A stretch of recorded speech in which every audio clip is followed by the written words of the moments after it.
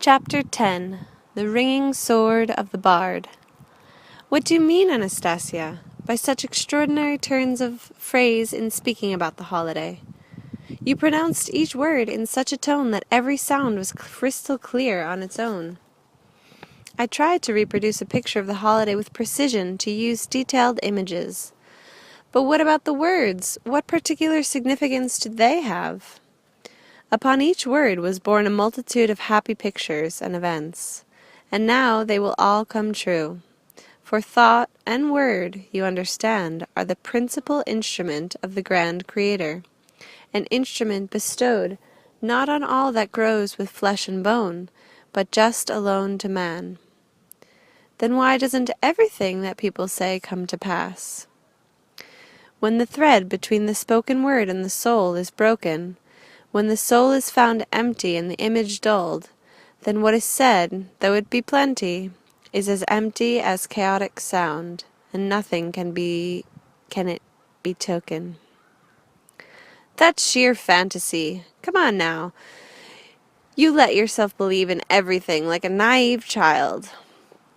How can it be fantasy, Vladimir? After all, I could give hundreds of examples from the world you live in, and even from your own life, as to what power a word has when it projects the image connected with it. Then give me an example I can understand. An example? Here's one. A person is standing on the stage before an audience and speaking words. An actor, for instance. He will repeat the same words people have heard many times before, but there is only one actor people will listen to with bated breath. Another they will not adore. The words are the same, but there is vast difference in how they are declaimed. What do you think? Why does that happen? Well, that's actors for you. They spend years studying at drama school. Some are outstanding in their profession, others just so-so. They memorize their lines at rehearsals so that they can say them with expression. They are taught at drama school, Vladimir, how to get inside the image that underlies the word. Then they try to reproduce that image during rehearsals. And if an actor succeeds in projecting even 10% of the invisible images underlying the words he utters, the audience will then listen with their whole attention. And if he should succeed in projecting the images behind half of his words, you will indeed call that actor a genius, for his soul is speaking directly with the souls of those sitting or standing in the auditorium. And during the play, people will laugh or cry as they feel in their soul what the actor desires to convey. Such is the instrument of the grand Creator. And you, whenever you speak, with how many words can you project the corresponding image? 10% or 50 or 50? With all of them. That is the way great-grandfather taught me. All of them? Really? All the words? Great-grandfather said it is even possible to project images contained in the letters of the alphabet, and I learned how to come up with an image for each letter. Why letters? Letters don't mean anything. Letters do mean something. Behind every letter in Sanskrit, for example, there are words, even whole phrases. There are letters there too, and beyond them, many written words, so that infinity is hidden in every letter. Well, isn't that something? And we just splutter out our words. Yes, that is what happens to words that have been passed down to us over thousands of years. They have passed through and penetrated time and space, and the forgotten images underlying them still today are once more attempting to knock on the door of the human race, and they watch out for our souls, and even go to war on their behalf. And what kind of words are these? Is there at least one that might be familiar to me? Of course there is, at least as a sound you have heard, but people have forgotten what underlies these words. Anastasia lowered her eyelids and sat silent for a while. Then, very quietly, almost in a whisper, she asked me, "Vladimir, please pronounce the word bard." "Bard," I said. She shuddered, almost as though in pain, and said, "Oh, the indifference and banality in your pronunciation of that majestic word. You blew a cold gust of emptiness and neglect upon the candle's restless flickering flame, a flame that has been connected through the centuries and possibly even addressed to you or someone else living today by a distant forebear.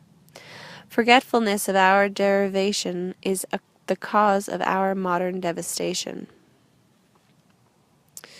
And just what didn't you like about my pronunciation?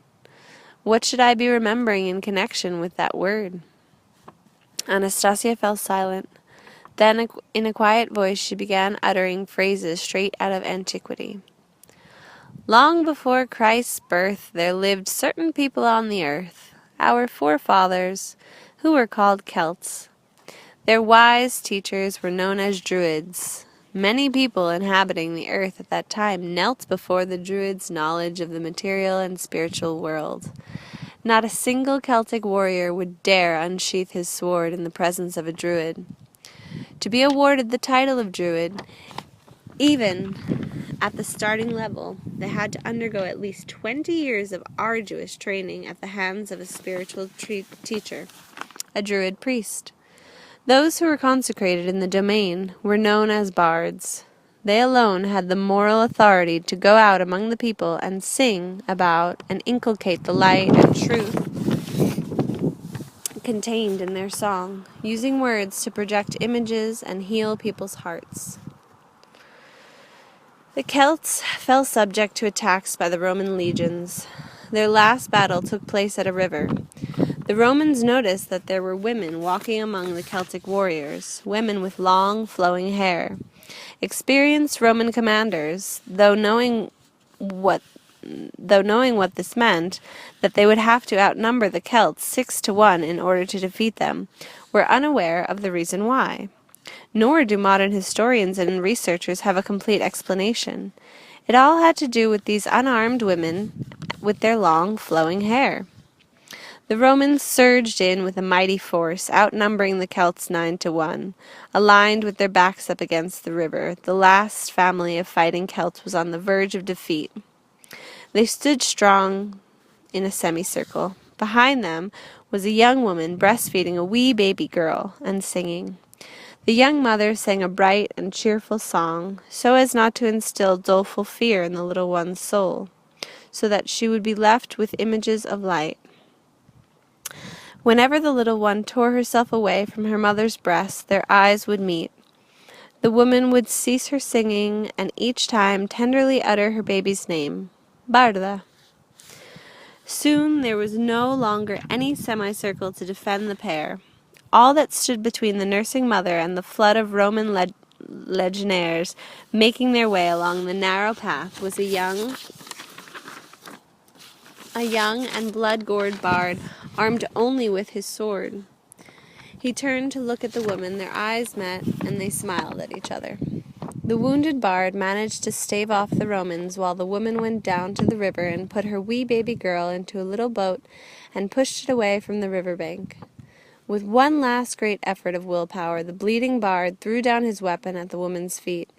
She took up his sword and fought for hours straight with the legionnaires on the narrow path, preventing them from reaching the shore. Their strength became spent, and they spelled each other off on the narrow path. The Roman commanders looked on in silent astonishment, but could not understand how strong and experienced soldiers could not come close enough to even scratch the woman's body. For 4 bruising hours she fought the flood of Roman attackers. Then the woman's lungs gave out, dried up with dehydration as no liquid had touched her tongue, and drips of blood began oozing from her cracked, beautiful lips.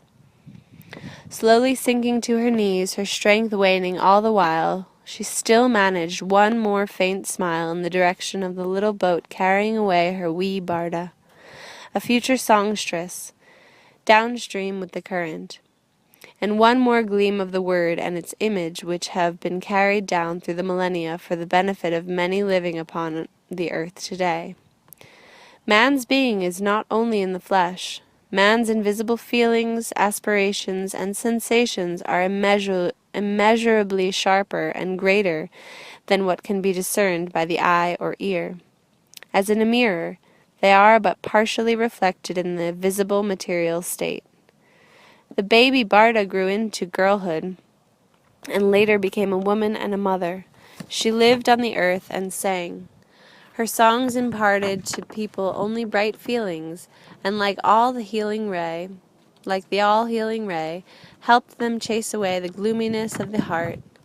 Many of life's afflictions and deprivations tried to extinguish the source of this ray. The hidden forces of darkness tried to break through to it, but could not overcome the one obstacle on their way, the bard and his wife who stood looming before them on the narrow path. Man's essence is not in the flesh, Vladimir. The bard's bleeding body projected into eternity the smile of the soul's blessed light, reflecting the unseen essence of man. And the lungs of the young mother holding the sword gave out after a while. Blood dripped, then poured from the cracks in her lips, which had caught the bard's bright smile. And now, Vladimir, believe in me, understand and see, and you will hear the ring of the invisible sword of the bard, beating back the attack of the dark and angry forces on the path to the hearts of his descendants today. Now, please pronounce the word bard once again, Vladimir. I can't. Not until I can say it with the proper meaning. Then I shall most certainly pronounce it. Thank you for not attempting it, Vladimir. Tell me, Anastasia, after all, you are able to tell. Who among those living today are the direct descendants of that nursing mother and the girl, the songstress Barda? Of the bard warrior who stood on the narrow path, who can forget something as important as his ancestry? Tell me, Vladimir, why this question came to your thought. I want to get a good look at that person or persons who have forgot such things, those who do not remember where they came from, those without feeling for the same. Perhaps you want to make certain that you are not the one who is forgetting? Now, what does that... never mind, Anastasia. I've got it now. You needn't give it another thought. Let each person figure it out for themselves. Fine, she replied, and fell silent, looking at me. And I, too, kept silent for a time, reflecting on the pictures Anastasia had painted. And then I asked her, why did you choose that particular word as an example? To show you how the images underlying it in the real world will soon take visible form. Guitar strings in swarms are now vibrating under the fingers of today's Russian bards. Even back when I was dreaming about it all in the taiga, these bards were the first to feel the images, their hearts and their souls. At first, it was only in one of them that flared a flickering, burning flame and the delicate resonance of a guitar string. But then the souls of others caught the rhythm and joined in. Soon their song will be heard by many both near and far. These are the bards who will help us behold the new dawn, the dawn of enlightenment of human hearts and souls. You shall hear their songs, and these will be new songs, songs of the awakening dawn.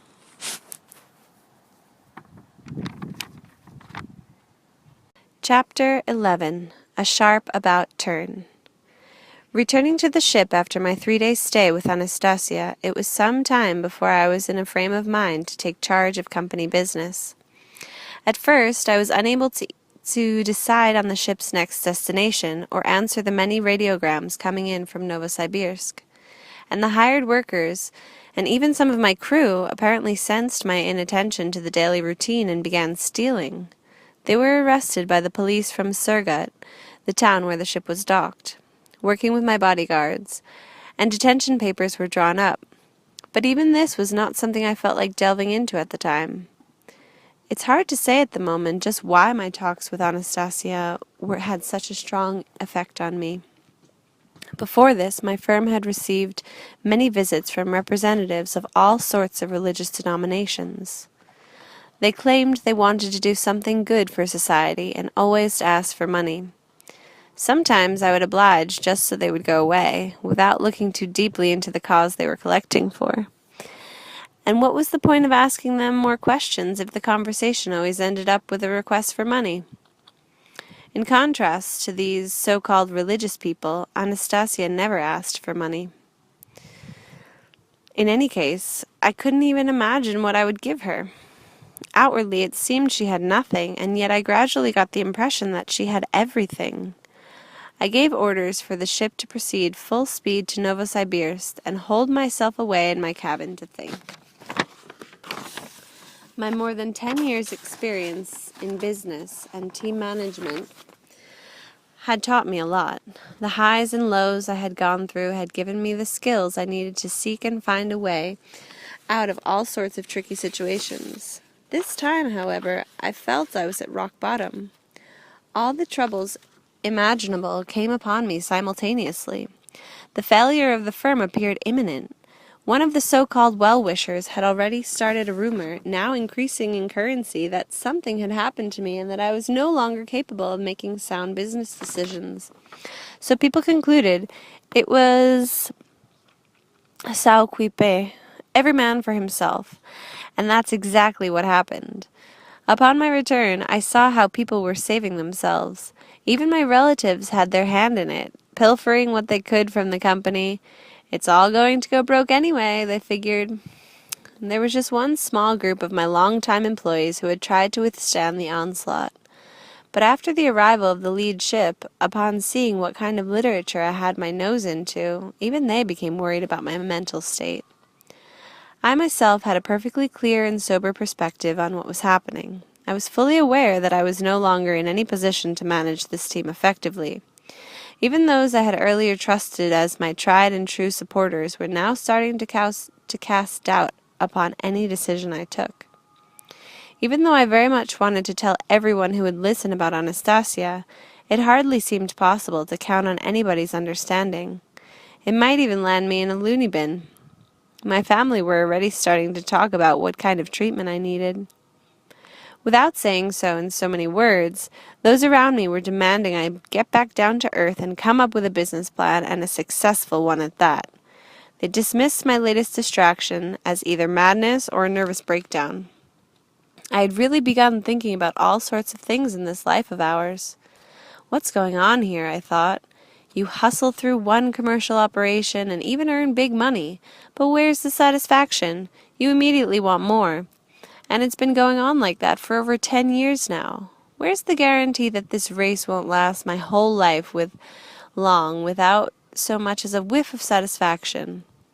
One person gets upset because he doesn't have enough money for a bottle of vodka. A billionaire gets upset because he doesn't have enough money for some major acquisition or another. Maybe it's not the amount of money that counts. One morning, two old acquaintances of mine, both entrepreneurs in charge of big commercial firms, came to see me at my office. I started talking with them about setting up a commonwealth of pure-minded entrepreneurs, about the purpose and goals of our business activities. After all, I just had to share all this with somebody. They played along, nodding now and then in agreement. It was a long conversation, and I ended up thinking to myself, can it be that they actually grasped it? They did spend a lot of time discussing it, after all. Later, my driver told me, "You know, Vladimir Nikolaitch, they were asked to come and see you by people concerned about your health. They wanted to know what you've been preoccupied with all this time, what's been on your mind.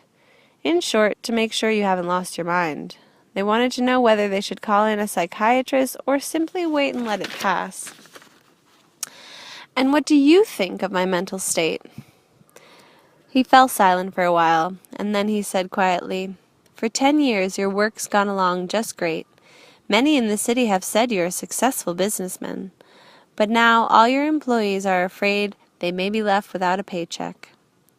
It was only then that I realized the extent of people's concern about me, and I said to the driver, "Turn the car back around."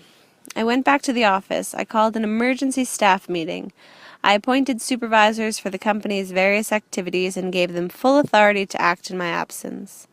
I then told the driver to pick me up early the next morning and take me to the airport. Just as I was about to go through the boarding gate, he handed me something wrapped in a towel. It was warm. I asked, "What is it?" "Pirashki." "So, you're giving me these out of compassion for a crazy person, eh?" "They're from my wife, Vladimir Nikolaitch. She couldn't sleep and baked all night." She's never baked anything before. She's still a pretty young woman. But last night she plunged right in. She insisted I give them to you. She wrapped them in a towel. They're still warm. She says you won't be back for a while, if you come back at all. This is goodbye. All right, then. Thank you very much. He resigned from the firm a few days later. Chapter 12. Who Sets the Course? Seated on the airplane, I closed my eyes. The plane's course was set with precision. It was headed for Moscow. The course of the rest of my life was still to be set. But I was thinking more about entrepreneurs. Many people today still tend to regard entrepreneurs as people who are constantly working out business deals, having amassed their initial capital by some illegal means and multiplying it at the expense of those around them.